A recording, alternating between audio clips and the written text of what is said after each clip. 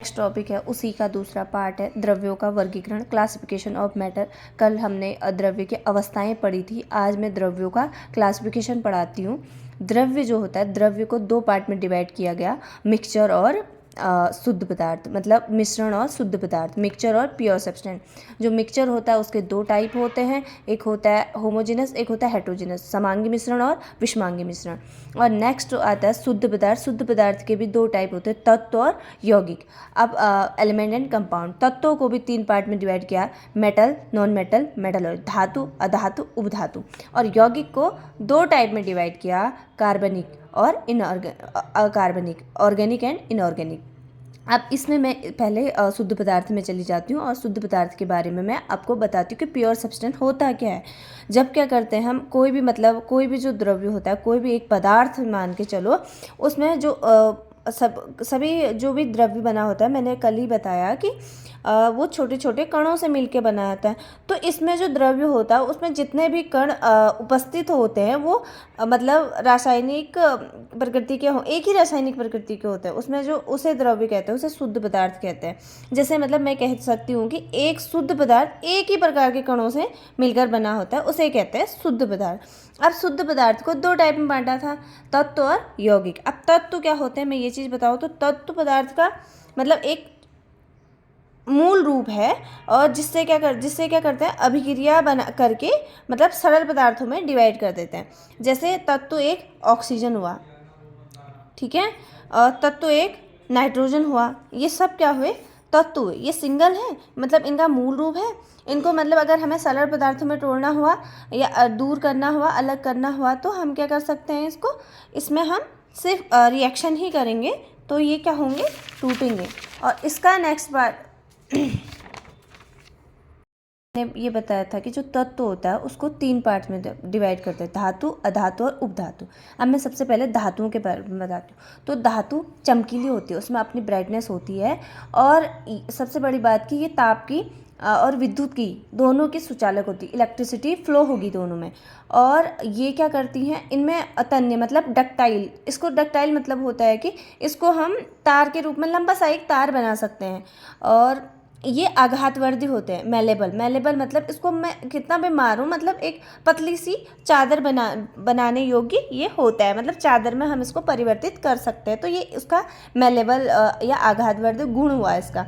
और एक होता है सोनोरस होता है ये प्रतिध्वनि, मतलब इसको अगर हम मारते हैं तो इसमें एक घंटी जैसी आवाज़ होती है। जैसे मैं यहाँ पे हमारे स्कूलों में, जब हम स्कूल टाइम था तो हमारे स्कूलों में घंटी बजाते थे, तो वो जो घंटी बनी होती थी वो एक धातु, जो घंटी बजाने जिसको बजाते थे हम, जिसे पीटा जाता था, तो उसमें जो सोनोरस की आवाज़ आती थी वो भी धातु का ही बना होता था। हालांकि उसमें मारने वाला लकड़ी का बना होता था, लेकिन जिसमें मारा जाता था वो क्या होता था, वो धातु का बना होता था। और इसमें तुम्हारे एग्जाम्पल में आ जाएंगे, धातुओं में सोना आ जाएगा, चांदी आ जाएगा।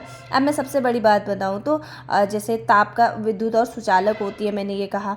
सबसे बड़ी बात तो सोना क्या होता है, सोने में बहुत इलेक्ट्रिसिटी फ्लो होती है, और सबसे अच्छा चांदी और सोना और एल्यूमिनियम के तारों में ही इलेक्ट्रिसिटी फ़्लो होती है। अब हम ये नहीं कह सकते कि हम चांदी के तार क्यों लगाएं, क्योंकि वो बहुत एक्सपेंसिव है, जिससे हम इसे यूज़ नहीं करते हैं, हम एल्यूमिनियम ही यूज करते हैं। और नेक्स्ट बात आती है यहाँ पे, चमकीली होती है, तो सोना चांदी सब चमकता है, तुमने देखा होगा इस बात को। और नेक्स्ट आती है डक्टाइल और तार के रूप में, तो सोने का मतलब अच्छे अच्छे आभूषण बनते हैं। अगर हम उसे पीटते और उसे तार के रूप में पायल बनती है, तो चांदी की पतली सी एक तार जैसी तो खींची जाती है ना। और नेक्स्ट आता है कि उसे पतली चादर में भी, अब तुमने आभूषण देखे होंगे, तो आभूषण क्या होते हैं, कोई तार के फॉर्म पे, कोई चादर के फॉर्म पे ऐसे बने हुए होते हैं। तो ये भी ये मतलब अब तो समझ आ गया होगा कि धातु क्या होती है। अब इसमें एक अपवाद है कि सारे धातु क्या होते हैं, सॉलिड फॉर्म में होते हैं। सोना बहता है, नहीं बहता, चांदी बहता है, नहीं बहता, गैस है, नहीं है ना।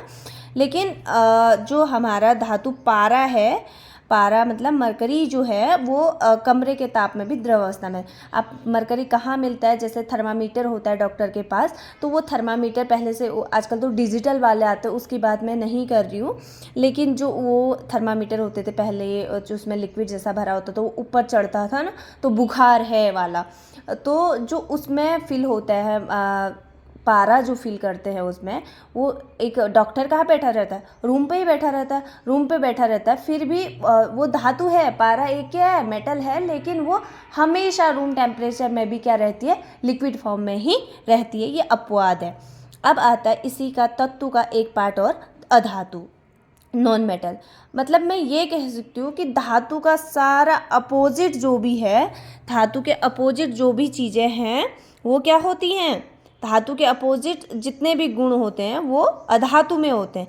ये मतलब अलग अलग रंगों में मिलती है। ये ताप और विद्युत दोनों की कुचालक होती है, इसमें नहीं बहता है। ये चमकीली भी नहीं होती है, प्रतिध्वनि भी नहीं होती है, आघातवर्धी भी नहीं होती है, जैसे हाइड्रोजन है, ऑक्सीजन है, आयोडीन।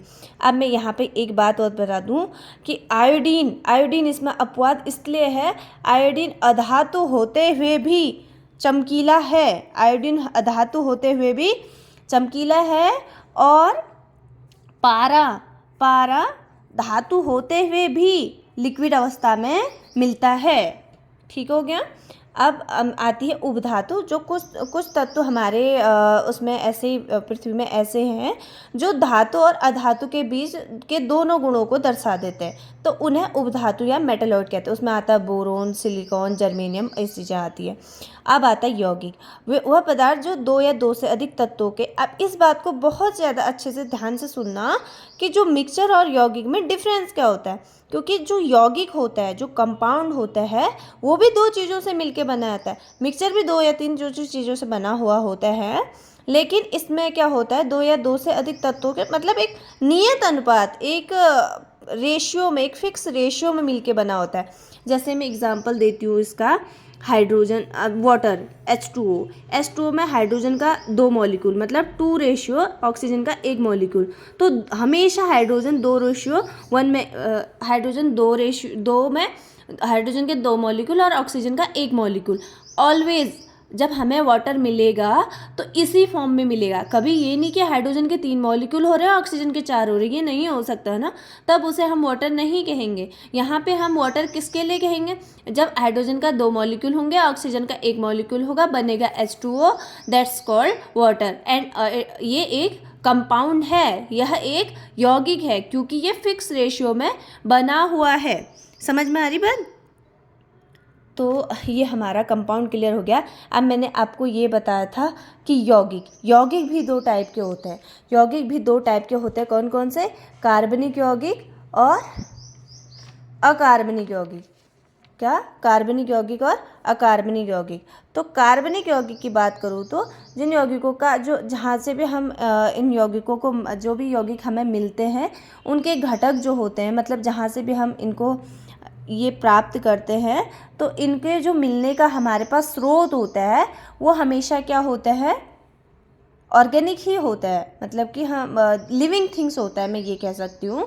अब इसके एग्जांपल मैं तुम्हें देती हूँ तो तुम्हें साफ साफ समझ में आएगा। कार्बोहाइड्रेट एक यौगिक है, प्रोटीन एक यौगिक है। अब हमें ये पता है कि कार्बोहाइड्रेट हमें कहाँ से मिलता है, प्रोटीन हमें कहाँ से मिलता है, तो ये हमेशा लिविंग थिंग्स से ही मिलके मतलब हमें प्राप्त होते हैं। अब इसी का उल्टा ये होता है, ये यौगिकों के जो घटक होते हैं वो कार्बन नहीं होते इसमें। जैसे कार्बन हाइड्रोजन मतलब बॉन्ड नहीं होता है, लेकिन उसमें कार्बन हाइड्रोजन का बॉन्ड होता है, क्योंकि कार्बोहाइड्रेट तुम्हें पता है ना, C6H12O6। तो वैसे ही यहाँ पे जो चीज़ आती है, इसमें कार्बन हाइड्रोजन का कोई बॉन्ड नहीं होता, उसे अकार्बनिक यौगिक कहते हैं। जैसे इसमें आ जाएगा तुम्हारा नमक, NaCl में कोई कार्बनिक यौगिक बॉन्ड है नहीं, है ना। और अब आता है और ये जब हम प्राप्त करते हैं कार्बनिक और अकार्बनिक यौगिकों को, तो इनको हम चट्टानों से कर सकते हैं और रॉक सेल्टर्स वगैरह से हम कर सकते हैं, हमें मिल सकता है ये। अब लास्ट टॉपिक आता है इसका पार्ट है मिक्सचर। तो मिक्सचर क्या होता है, 2 या 2 से अधिक यौगिक तत्व या यौगिक तो इसमें मिले होते हैं किसी भी अनुपात में, लेकिन किसी निश्चित अनुपात में मिलते हैं। इसे मतलब इसमें मतलब कोई भी रेशियो नहीं होता है। जैसे मैं घरों में खिचड़ी पका रही हूँ तो मुझे ये थोड़ी पता है कि मैं 2:1 में, मतलब कि चावल 2:1 में या दाल 2:1 में नहीं मिला सकती हूँ। तो मैं कितने भी मतलब उसका कोई फिक्स रेशियो नहीं होगा और मैं उसे किसी भी रेशियो में मिलाऊंगी तो उसमें क्या होगा, उसे मिक्सचर कहेंगे। जैसे वाटर और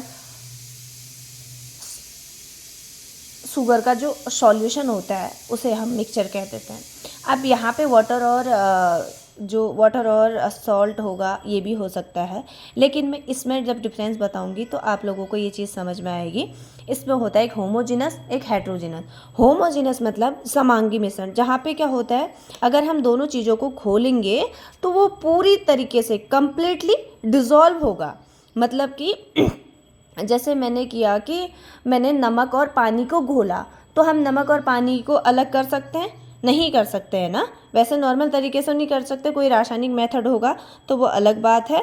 तो इसलिए हम क्या कर सकते हैं, नमक और चीनी या नमक और पानी या पानी और चीनी के जो दोनों घोल होंगे उसे हम क्या कहते हैं, समांगी मिश्रण कहते हैं या होमोजिनस मिक्सचर कहते हैं।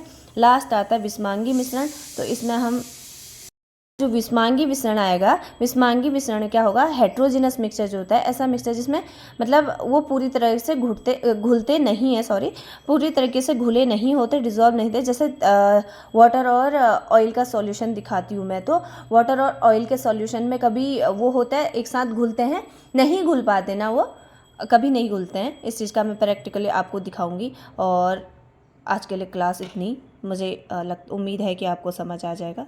Thank you.